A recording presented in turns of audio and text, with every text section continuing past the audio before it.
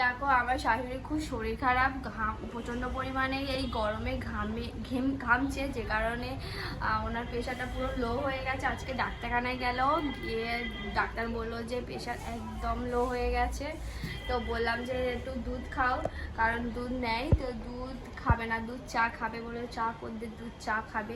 একটা ডিম সিদ্ধ খেতে বললে খাবে না, বলে ভাল লাগছে না খেতে, আমার শরীরটা খারাপ, ওই জন্য আজকে বসে আছে, রান্না বান্না কিছু করেনি আজকে। আমি বললাম বসো, আজকে আর রান্না বান্না করার দরকার নেই, আমি করে নিচ্ছি। আর আজকে ডাল, সয়াবিন আলুর তরকারি আর